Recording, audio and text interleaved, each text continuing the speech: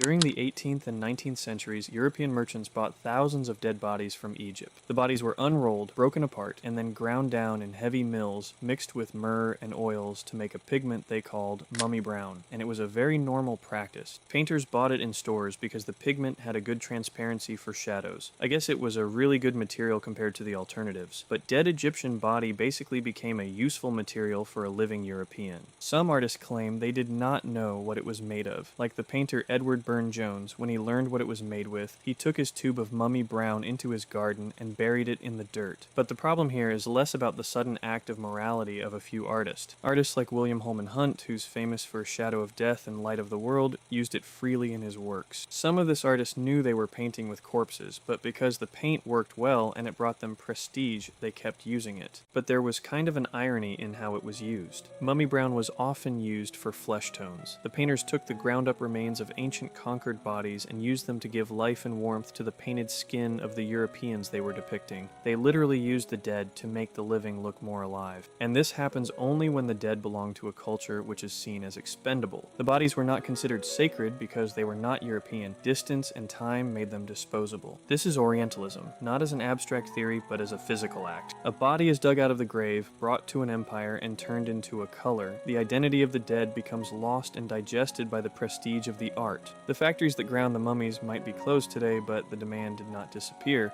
It just changed its shape. The same structure appears today in luxury fashion and in cinema. Modern aesthetics still extract from other people's cultures without carrying the cost. In fashion, designers borrow sacred tribal markings, non-Western mourning rituals, and use the aesthetics of war. They strip the trauma from the image and present it as a seasonal trend on a runway. It is not flesh in a literal sense, but it is the same process. They find something human, they break it down, and they repackage it as beauty for an audience that does not carry the consequence. The violence is hidden inside that refinement, and you can also see this in cinema. As I talked about in my previous videos, film aestheticizes atrocity. If you've seen movies like Jonathan Glazer's The Zone of Interest, the horror sits deliberately outside the frame. The visuals remain clean and composed as the audience enjoys the comfort while fully knowing the mass death happening just over the wall. This allows the viewer to consume the history without the physical stench of it. Contrast this with the 1985 movie Come and See. The suffering here is not beautiful. Their faces act as landscapes of pure trauma. The Zone of Interest traps us in the comfort of consumption, while Come and See destroys that comfort. And then there is this 2006 movie titled Marie Antoinette. It is not a film about genocide, but it is a film about excess consumption without consequence. It shows luxury completely detached from the suffering that funds it. The cake is eaten and the violence of the state is invisible to the consumer. When you look at early ethnographic films, we see the exact same blueprint. Colonial footage presented non-Western bodies purely as spectacle for Western audiences. The camera was just another way to harvest the subject. Even while they are alive, they acted as material. In art, the body and identity is completely erased, and in cinema, the body is either stylized into beauty or removed to keep the frame clean. Both are forms of control. Culture turned into a trend, and trauma turned into an aesthetic. It is the same pattern in a different era. Beauty has a cost, and sometimes that cost is a human body.